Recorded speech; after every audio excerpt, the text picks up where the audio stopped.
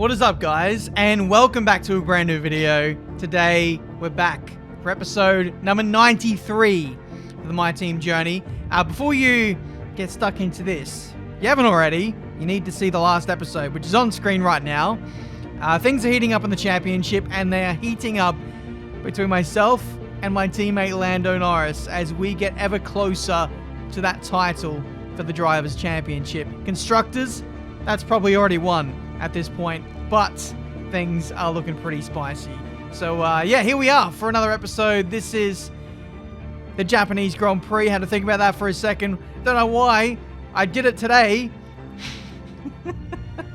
My memory is honestly shocking sometimes. But anyway, before I forget to tell you this, make sure you subscribe to my second channel, where I've got a lot of clips, short videos of, I don't know, funny moments and stuff from over the years. That's over on my second channel, link in the description. We hit 5,000 subscribers on that, by the way, and we're on the brink of 6K. Now, I remember a very, very long time ago when I had 5K on this channel, and I thought that 5K was, you know, the bee's knees. I thought I was like the PewDiePie of the F1 community. But now, I wouldn't even get out of bed for 5K. No, I'm joking.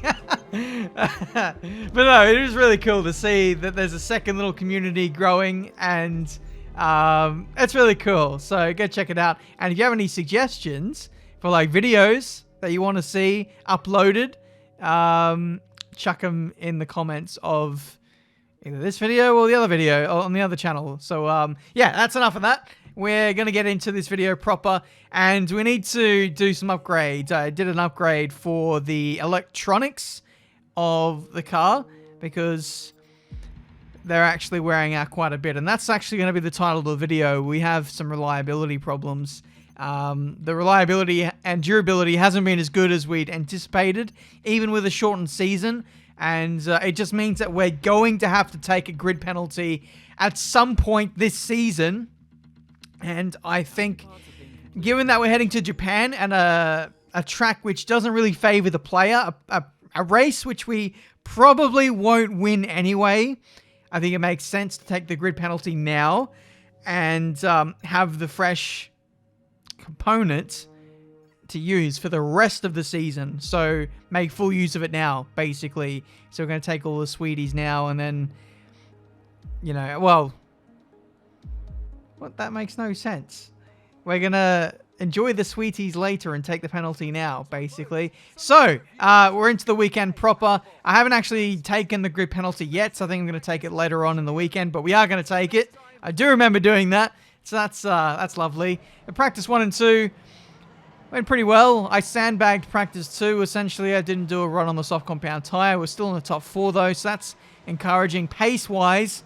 But we always know that the AI themselves are sandbagging and hiding a little bit of their pace. So, yeah, we'll expect a tougher fight as we get into qualifying.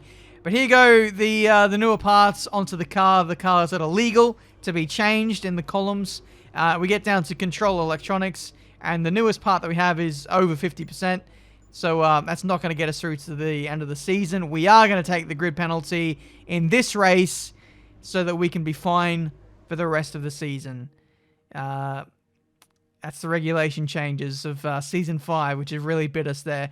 But regardless, let's see what we can do in quali.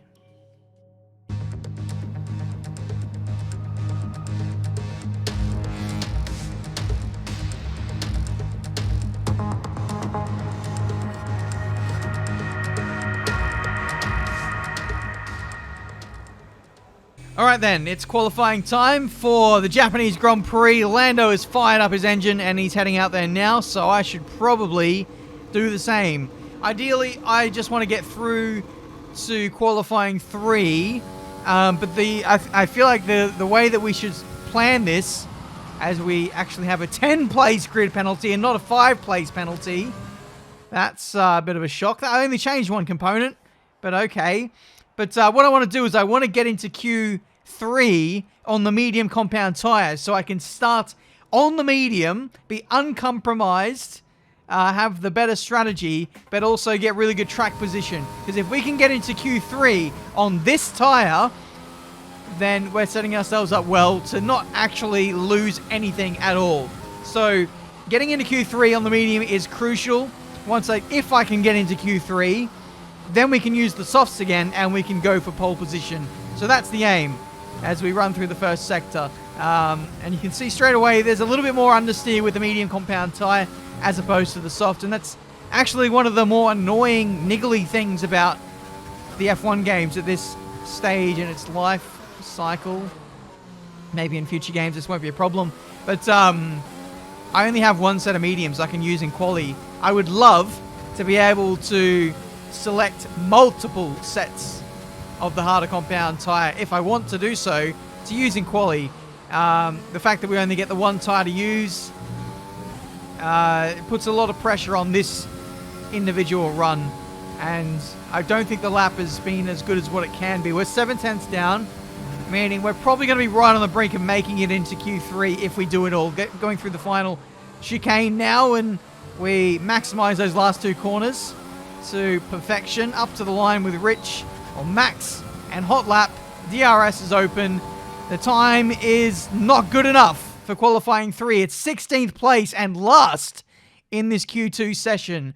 So for this Japanese Grand Prix, we're going to be starting in last place unless there are other people who've got grid penalties of their own. So yeah, that's not ideal, but we didn't lock ourselves into starting on the soft compound tyre, so that at least there's that. We have a fresh set of mediums to use for the race.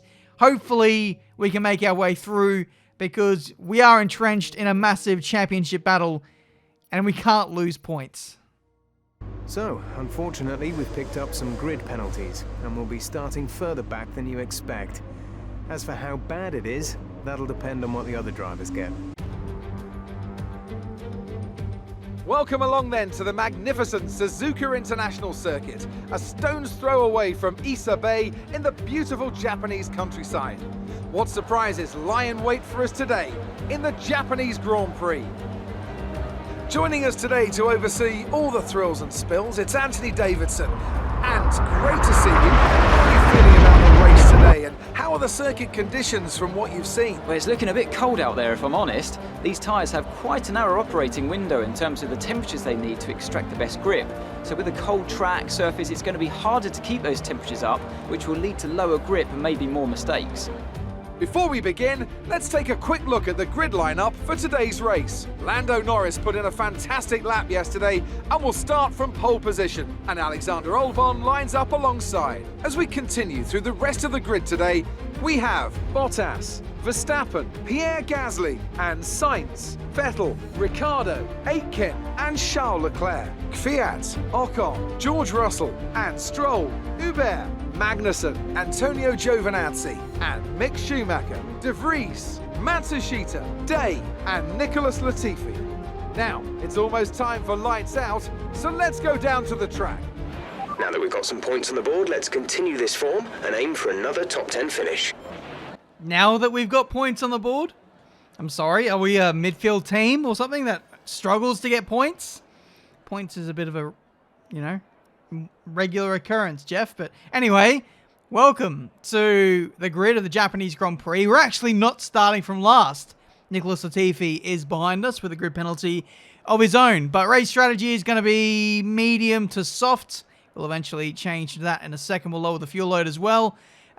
This is my attempt at trying to throw the cat amongst the pigeons in terms of the strategy with the AI. Lando, though, worth noting that he is starting on the medium compound tyre in this race. So he is going to be well poised to win this race, given that he can pull off the same strategy as us. But I'm thinking he's probably going to go for the two harder compounded tyres, knowing his track record. So yeah, today's a big day. We only lead the championship by 4 points over Max Verstappen. We can ill afford to throw away a lot of points. And Lando Norris himself is only 14 behind me and in the box seat to win this race. So I think a podium must be the aim at minimum in this race as we get ready to go from 21st on the grid. We've got a mountain to climb, but I have my climbing gear on. it's not been a good start. We fell at the first hurdle. We had a little bit of a slippage there, but we're ready to go. I'm not going to make any more mistakes off the start of this race. It was always going to be difficult up against a field of ridiculously OP AI on soft compound tires with the starts, but once the race gets going, we are the predator in these races. So we get past Nicholas Latifi and we're back into the starting position which we originally were in. Down into the middle sector now. Matsushita looking a little bit slowly as he's tucked up behind Nick De Vries. There could be a couple of positions to be gained here as we got the inside of the Haas and the Williams down into here. Could have maybe got Schumacher as well, but I wasn't really wanting to risk the front wing. We are racing with people who are much slower than us, and if we be patient, we will get them with time. So that's the aim. We've had a couple of incidents in the last few races, so let's hopefully have a clean one in this Grand Prix. But yeah, the good thing about my strategy today is that I'm only going to get stronger as this race goes on. As you can see, I'm going up the inside of Mick Schumacher down into 130R. And, well, I don't know why I got so excited, but there was a bit of risk there at play. I wasn't sure we were going to get through there all fine, but it's all good. P18 for this Japanese Grand Prix. 4 spots gained off the start after originally dropping down to last. But, yeah, I guess by racing these guys, we can really see where the strengths of our car lie, and it looks like it's straight line speed and probably braking prowess, because I was able to outbrake Giovinazzi there into the hairpin with pretty much no effort at all. So that's lovely. Make up a lot of time on Magnussen into the Casio triangle all over his gearbox. Up in a rich and overtake now. We're going to utilize this OP Mercedes engine, and we're going to try and pull this move off. He goes defensive as we go down into turn 1. We're going to have to brave it around the outside, and it looks like we do get the move done on Magnussen. I was a little bit conservative, though, I won't lie, at the first part of turn 1, because I wasn't sure if he was going to run out wide and spin me out, or if he was just going to completely back out. So I had to leave him a little bit of space just for safety. But yeah, very, very brave move to pull off around the outside at turn 1 at Suzuka. It's a place that I don't exactly overtake at that part of the circuit, but it looks like we might have the same opportunity once over as we have a run on Hubert down into turn 1, and we're even more aggressive this time, more bravery required, and that is us into P15 now in this Japanese Grand Prix. Here's the replay. I went full send this time. There was no real space left there. I just kind of turned in as if he wasn't there, just about, and we were able to clear him pretty much at the apex of the corner. So that was lovely. Dive bomb on the other racing point, and that was Lance Stroll. It wasn't even a get out of the way dive bomb. There was no contact made. It was him caught up behind slower cars, one of which has a problem just a little bit up the road. But the braking prowess of this car is incredible. We're able to outbrake people like crazy, like this here with Russell down into the Casio triangle. We came from the moon, and we still got him. We still pulled it up and hit the apex. That's mind-blowing. Look at this. There's like 5 car lengths between myself and the Ferrari, and we overtake him while not running into the back of the Renault. That was the biggest fear of mine. I kind of had the presence of mind, the confidence to actually go for that move. I know it's ridiculous that we can go for that, but we're up against slower midfield cars who are backed up in traffic, and I gotta say, I got my big boy pants on today, and it's allowing me to aim higher in this race. I think a podium is well and truly up for grabs. We're now negotiating Sebastian Vettel, who's got a problem, I think front wing damage or something. We run a bit wide there. That was not a great choice of corners for us there, and now we're running side by side with Russell. Once again, we overtake him around the outside into Degner 1. I always get the names mixed up with you know, the set of 2 corners at Spa at the end of the middle sector. There's like blah blah blah 1, and then there's blah blah blah 2. I can't even remember the name. It might even be Degner.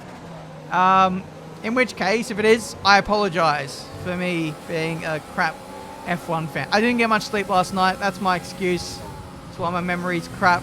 That's why everything's out the window in this Grand Prix, including my my track position so far. But you know what? It's been a good start. We've recovered really well. 21st to 12th in only 7 laps, and you know the race leaders, to be fair, are a long way up the road.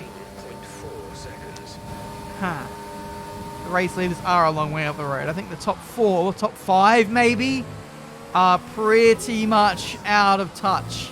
They're like 15 seconds, they're nearly a pit stop ahead at this stage. You're only a third of the way into the race. Their pace has been insane, and they've just been pulling away massively while we've been stuck in the traffic.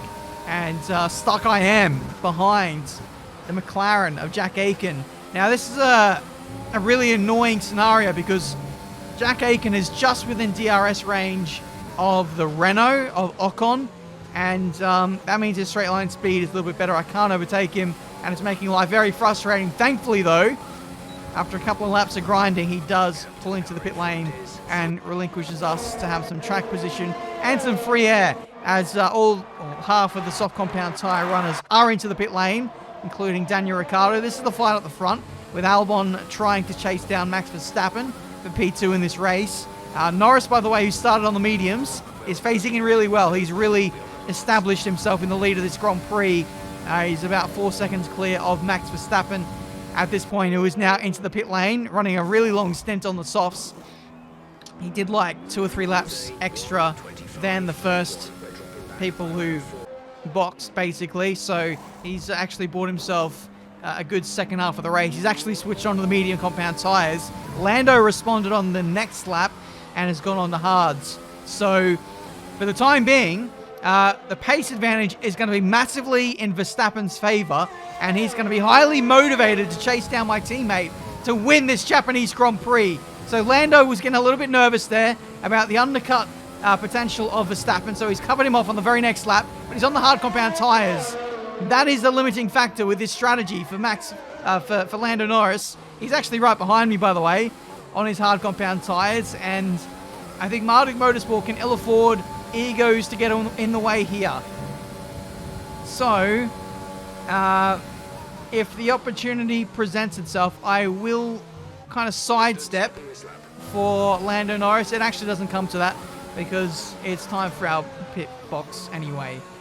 And we're going to do a casual 12 laps on the soft compound tyre to get it to the end. I won't lie, the tyre wear seems a little bit harsher in race trim than what I was anticipating. I think we only just got to this pit window, and I was leaking a lot of time in those last few laps. So I am a little bit worried about the tyre wear figures and the state of this rubber when we get to lap 26, 27. But we rejoin P10, which is not great track position. But however, everyone is on hard compound tyres, and we're going to be like 2 seconds a lap faster than everyone else. Plus the stopping power of this car is going to make us unstoppable when it comes to dive bombs. So we need to put in the hard yakka now. We need to bump in. Yeah, why not? Bump in a couple of fastest laps, get ourselves some extra points, and really put the pressure on the top 5.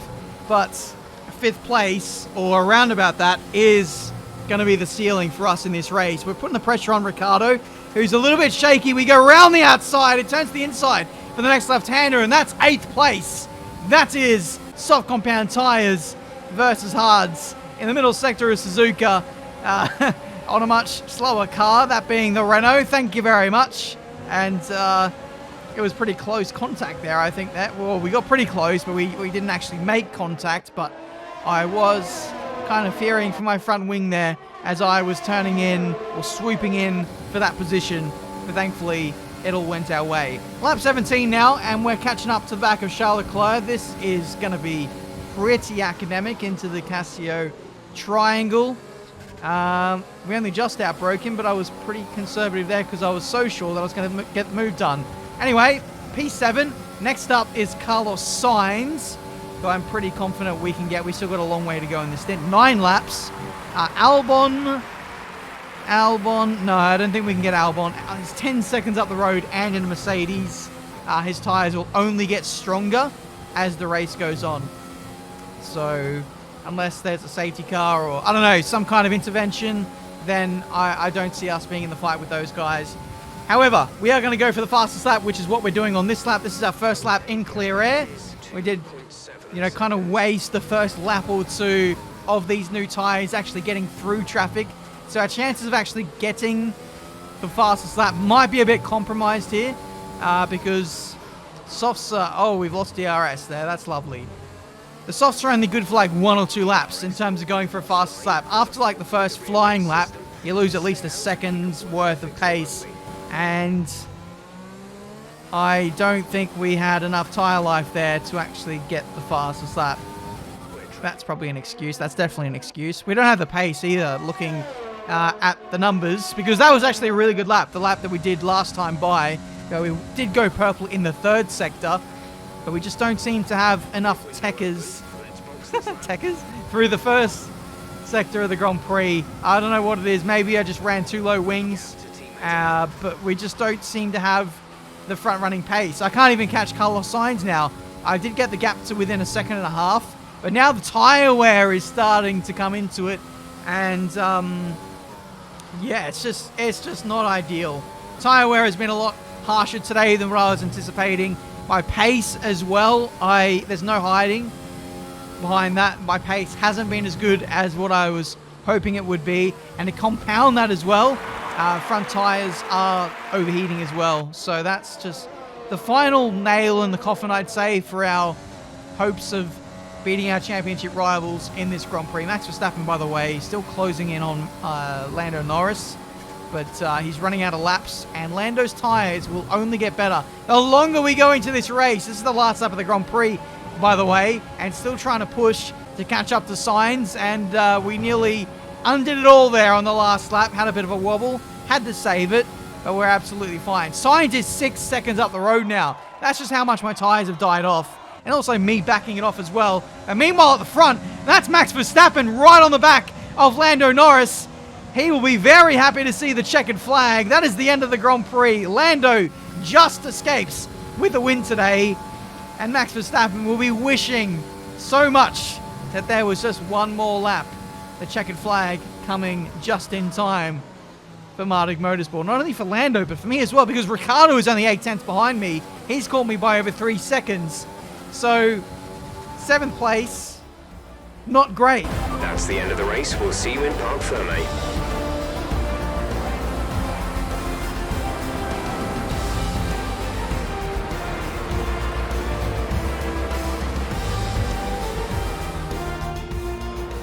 That's it then for another fantastic Grand Prix here in Japan.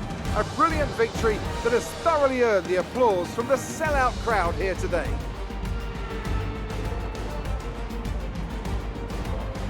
So Anthony, what made the difference out there today?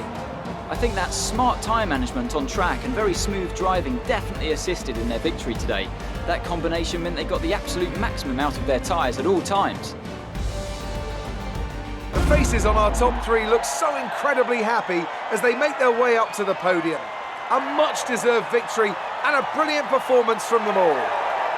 So Lando grabs the win here in Japan, a much-needed one for his championship campaign. I'm not sure if he's been leading the title at any point this season, but now he's starting to really look good. He actually held on there, which I wasn't sure he was going to do, being that he was on the harder compound tyre, and Max being on the mediums in the Red Bull. Hard charging towards the end, only just made it in the end, but he still grabs the 25 points. We'll have a look at the overall standings in just a second, but 7th place for us. We did a glory run at the end on softs and still didn't get fastest lap. Pace today just wasn't there. Tyre wear wasn't there. Strategy probably wasn't there either. Maybe the soft hard or medium hard would have been the better way to go. And tyre overheating as well was a bit of an issue. But I think overall we just lacked pace. And it didn't help that we started from 21st place. So, standings-wise, taken a hit. We're down to 3rd. We've been overtaken by Max and Lando. Lando only 4 points off the lead of the championship. with only 5 races to go or something like that, it's anyone's championship in terms of the drivers' standings. Constructors, though, we got it in the bag.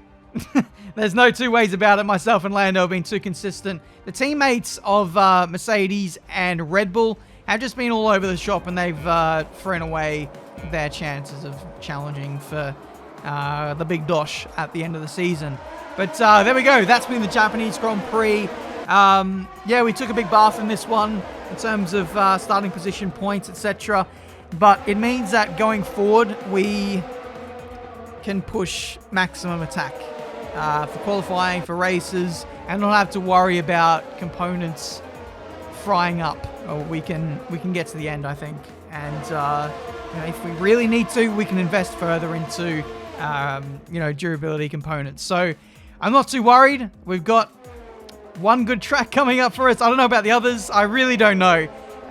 It is such a lottery when we turn up to a new race in career mode, which team is going to be on the pace and which is not.